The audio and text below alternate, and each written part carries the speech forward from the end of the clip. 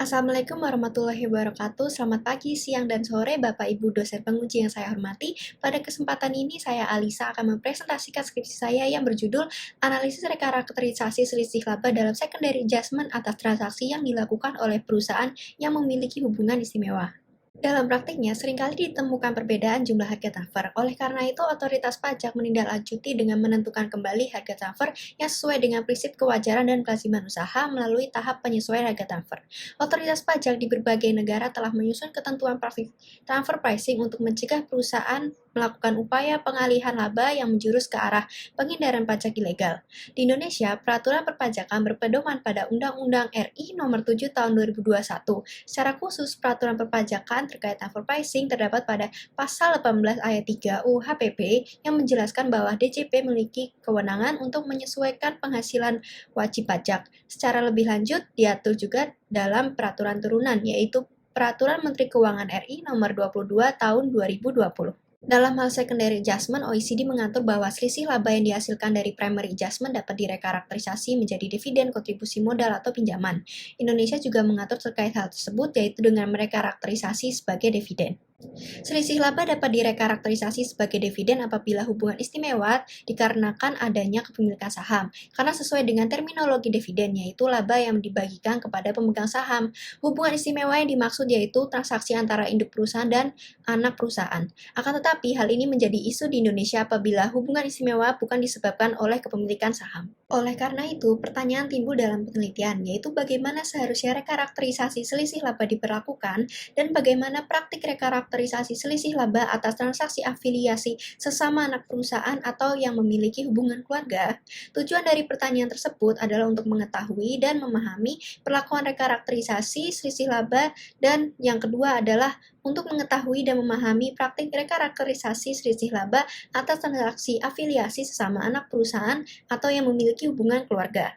Penelitian ini akan memberikan manfaat dan kontribusi kepada pihak akademisi dan praktisi dengan meningkatkan wawasan yang menjadikan masyarakat semakin kritis terhadap perkembangan peraturan perpajakan di Indonesia. Selain itu, juga dapat sebagai bahan evaluasi DJP dalam mengembangkan peraturan lebih lanjut. Landasan teori yang digunakan adalah rational choice theory karena sangat membantu dalam menjelaskan sikap individu dalam menentukan pilihan, termasuk membantu mengidentifikasikan sikap yang terlihat tidak rasional karena konsep dalam rational choice theory menganggap bahwa seluruh keputusan yang dipilih adalah rasional, sehingga setiap tindakan yang mendasari keputusan telah dianalisis dan diidentifikasikan rasionalitasnya.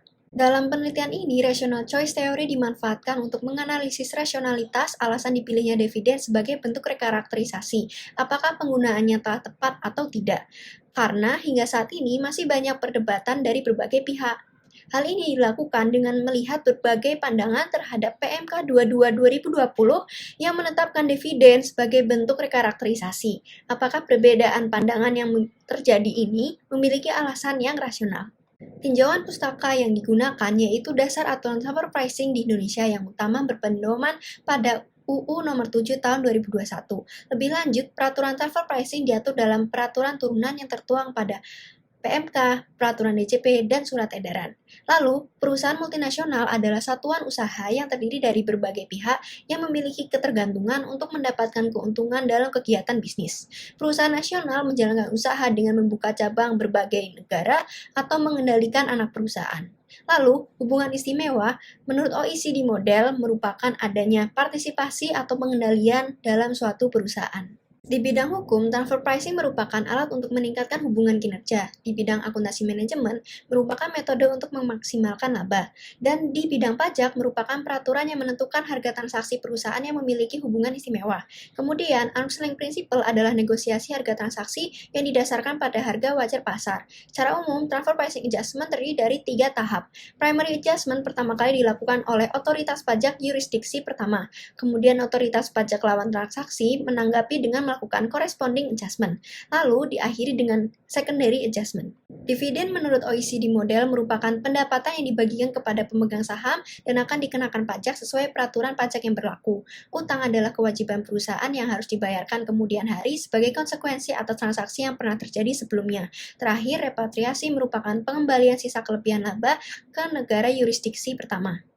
Penelitian ini menggunakan pendekatan penelitian kualitatif dan didesain untuk mengetahui ketepatan dalam pemilihan bentuk rekarakterisasi selisih laba dalam secondary adjustment sebagai dividen dengan mengeksplorasi PMK 22 tahun 2020, sehingga objek penelitian ini adalah PMK 22 tahun 2020, khususnya pasal 22 ayat 8, karena disebutkan bahwa dividen dipilih sebagai bentuk rekarakterisasi di Indonesia. Eksplorasi nantinya juga akan meluas ke peraturan perpajakan selain PMK, yang turut mendukung dan menjadi alasan rasional mengapa dividen dipilih sebagai bentuk rekarakterisasi. Instrumen penelitian ini yaitu data primer berupa wawancara dengan narasumber dari pihak akademisi, yaitu Pak Dhani selaku dosen magister akuntansi Universitas Indonesia dan Pak Yusuf selaku Lecturer of DDTC Academy. Konsultan pajak yaitu Kak Veronica, Manager of Transfer Pricing Service Denny Darussalam Tax Center, dan otoritas pajak yaitu Pak Yanu, Kepala Subdirektorat Pencegahan dan Penanganan Sengketa Perpajakan Internasional, Direktorat Perpajakan Internasional DJP. Data sekunder yang digunakan berupa studi pustaka dari artikel-artikel dalam jurnal. Data lain yang diperlukan adalah peraturan perpajakan di Indonesia dan yang berlaku secara global. Dalam menggali informasi dari narasumber, in-depth interview dilakukan untuk mendiskusikan isu secara mendalam. Penulis mewawancarai narasumber dengan meminta tanggapan atas isu rekarakterisasi selisih laba dalam regulasi perpajakan menggunakan open-ended question atau pertanyaan terbuka. Penulis melakukan studi kepustakaan dengan membaca dan memahami materi seputar perpajakan internasional dan regulasi perpajakan. Data dianalisis secara komparatif dengan mengamati dan membandingkan praktik secondary adjustment dari beberapa negara. Data hasil wawancara diolah menjadi transkrip wawancara menggunakan teknik analisis verbatim dengan pendekatan diskurs analisis, yaitu menganalisis cara pandang atau realitas sosial. Seluruh data kemudian dideskripsikan dan dibuat kesimpulan akhir. Triangulasi dilakukan dengan membandingkan informasi dari hasil wawancara dengan informasi yang bersumber dari peraturan perpajakan dan praktik secondary adjustment negara lain, kemudian penulis akan menginterpretasikannya dalam penelitian. Member checking dilakukan dengan merangkum hasil wawancara, kemudian mengkonfirmasi hasil wawancara dan temuan kepada narasumber. Hasil penelitian. Rekarakterisasi selisih kelebihan laba di Indonesia menimbulkan pro dan kontra. Meski demikian, DJP tetap menggunakan dividen sebagai bentuk rekarakterisasi selisih kelebihan laba dalam kondisi apapun. Pihak akademisi maupun konsultan pajak berpandangan bentuk rekarakterisasi sesungguhnya tidak hanya dividen, sehingga sebenarnya Indonesia dapat menerapkan bentuk rekarakterisasi lainnya dan disesuaikan dengan kondisi hubungan istimewa.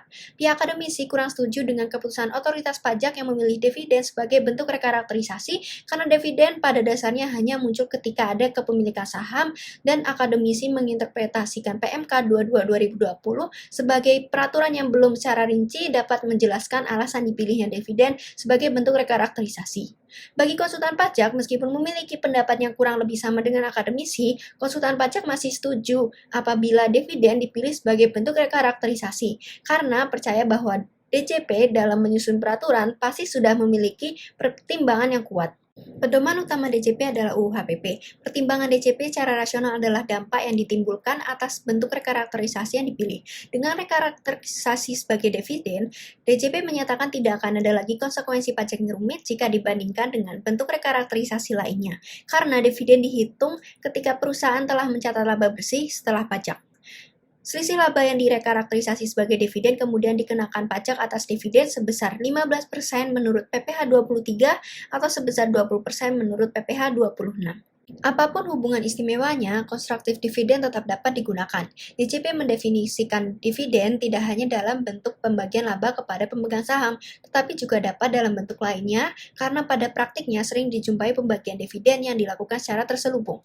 Pertimbangan DJP secara rasional dapat diterima karena memberikan manfaat bagi wajib pajak. Selain itu, pertimbangan DJP juga telah didasarkan pada UU HPP, tepatnya dalam paragraf penjelasan UU HPP pasal 4 ayat 1 huruf G dijelaskan jenis-jenis laba apa saja yang dapat dikategorikan sebagai dividen yang merupakan objek pajak. Selain UU HPP, DJP juga berpedoman pada OECD Model Commentary artikel 10 paragraf 3 subparagraf 28. Poin penting dalam pengertian dividen menurut DJP adalah kata bentuk apapun dan juga dim atau konstruktif yang menandakan bahwa dividen yang dimaksud bukan hanya dividen yang dibagikan kepada para pemegang saham, melainkan juga bentuk lain yang dianggap seakan-akan sebagai dividen. Keputusan ini mendukung tujuan DJP untuk menciptakan proses pemajakan di Indonesia yang lebih mudah. Di Indonesia, DJP tidak mengatur ketentuan terkait repatriasi, akan tetapi DJP tidak melarang perusahaan untuk melakukan repatriasi. Repatriasi sifatnya opsional. DJP akan memberikan kesempatan perusahaan untuk memutuskan tindakan lebih lanjut. Jika perusahaan memilih untuk melakukan repatriasi, artinya tidak terdapat pembayaran ke pihak lawan transaksi, sehingga perusahaan dapat terbebas dari pengenaan pajak. Repatriasi di Indonesia dapat dilakukan melalui proses Mutual Agreement Procedure. Di India, secondary adjustment dilakukan dengan repatriasi. Pembayar pajak India diharuskan mengembalikan kelebihan laba tersebut ke India jika ingin menghindari bunga atas selisih laba yang tidak dikirim. Amerika Serikat dan Uni Eropa sama-sama menerapkan dividen dan kontribusi modal sebagai bentuk rekarakterisasi. Di Amerika, selisih kelebihan laba pada transaksi afiliasi antara anak perusahaan akan direkarakterisasi sebagai dividen ke perusahaan induk yang sama, kemudian perusahaan induk akan merekarakterisasi kembali selisih kelebihan laba tersebut sebagai kontribusi modal kepada salah satu anak perusahaan yang mengalami penurunan pendapatan. Di Uni Eropa, selisih laba antar anak perusahaan akan direkarakterisasi sebagai kontribusi modal. Amerika Serikat dan Uni Eropa juga memperbolehkan repatriasi. Dalam praktiknya, beberapa perusahaan afiliasi tidak setuju dengan bentuk rekarakterisasi yang dipilih. Hal ini menimbulkan perbedaan pendapat. Selain itu, pengakuan rekarakterisasi sisi kelebihan laba sebagai dividen juga menimbulkan ketidakpastian hukum karena ketika perbedaan pendapat ini diajukan di pengadilan pajak, hakim baru mengakui dividen sebagai bentuk rekarakterisasi hanya jika terdapat kepemilikan saham. Pada dasarnya, secondary adjustment tidak ditujukan untuk mengatasi permasalahan pajak berganda. Hal ini dikarenakan permasalahan pajak berganda telah diatasi melalui proses corresponding adjustment. Perlu diketahui bahwa tujuan utama secondary adjustment pada dasarnya adalah memperbaiki posisi kas agar sesuai dengan prinsip kewajaran dan kelaziman usaha. Pelaksanaan secondary adjustment tetap memiliki celah sehingga memiliki potensi terjadinya penghindaran pajak atau double taxation. OECD Guideline Chapter 4.72 dan OECD Guideline Chapter 4.71 menjelaskan belum tentu seluruh negara menerapkan secondary adjustment karena memang tidak ada kewajiban untuk menerapkan secondary adjustment. Contoh dari negara lain adalah hanya beberapa negara di Uni Eropa yang menerapkan secondary adjustment. DJP menyadari bahwa meskipun constructive dividend merupakan pilihan bentuk rekarakterisasi yang memberikan manfaat lebih tinggi dibandingkan bentuk rekarakterisasi lainnya, praktik secondary adjustment tetap memiliki celah, yaitu terjadinya treaty abuse. Dasar peraturan disusun dalam rangka memberi penjelasan awal terkait maksud dan tujuan peraturan ditetapkan. Selain dasar aturan, penting juga untuk memahami kembali filosofi secondary adjustment sebagai acuan dalam menetapkan bentuk rekarakterisasi sisi laba. Terlepas dari pendapat pihak akademisi maupun konsultan pajak terkait dibutuhkannya opsi lain dalam menentukan bentuk rekarakterisasi selisih kelebihan laba, otoritas pajak berpendapat ada aspek yang secara rasional mendukung dipilihnya konstruktif dividen menjadi ideal, yaitu praktiknya mudah dilakukan dan komplikasi yang dimiliki rendah. Berdasarkan hasil wawancara dan analisis terhadap praktek secondary adjustment di Indonesia dengan praktek secondary adjustment di negara lain, serta analisis melalui PMK 22 2020, UU HPP, dan peraturan OECD, praktek secondary adjustment di Indonesia dapat tetap dilakukan dengan menggunakan constructive dividend sebagai bentuk rekarakterisasi selisih kelebihan laba dan diterapkan dalam seluruh kondisi hubungan istimewa, baik karena adanya kepemilikan saham maupun hubungan sesama anak perusahaan atau hubungan keluarga. Opsi lain yang dapat diterapkan adalah repatriasi meskipun tidak diatur oleh DJP. Penelitian ini dibatasi oleh pemilihan bentuk rekarakterisasi dilakukan dalam lingkup pajak penghasilan. Praktek secondary adjustment di negara lain terbatas pada informasi yang diperoleh dari data internal dari DTC, beberapa artikel dalam jurnal, dan peraturan transfer pricing setiap negara. Perdebatan berbagai pihak masih ada dikarenakan belum adanya peraturan lebih lanjut mengenai secondary adjustment. Informasi yang konfidensial dan belum disahkan di Indonesia membuat DJP tidak bisa menjelaskan perkembangan peraturan praktek secondary adjustment di Indonesia di masa depan. Otoritas pajak diharapkan dapat menjelaskan filosofi dasar pertimbangan yang menjadikan konstruktif dividen sebagai bentuk rekarakterisasi. Peraturan lanjutan dapat disusun dalam satu kesatuan peraturan perpajakan transfer pricing adjustment sehingga penyampaiannya akan lebih praktis, mudah dipahami, dan dapat diterima oleh semua pihak atas pertimbangan yang dilakukan otoritas pajak di balik peraturan yang telah dibuat. Wajib pajak dan konsultan pajak diharapkan saat ini dapat mematuhi peraturan perpajakan di Indonesia dan melakukan praktik transfer pricing sesuai dengan sistem perpajakan yang berlaku di Indonesia. Namun demikian, selama belum ada perkembangan lebih lanjut yang memberikan kepastian, apabila tidak ingin merekarakterisasi sebagai konstruktif dividen, perusahaan dapat mengoptimalkan primary adjustment dan corresponding adjustment. Sekian presentasi penelitian saya. Terima kasih. Wassalamualaikum warahmatullahi wabarakatuh.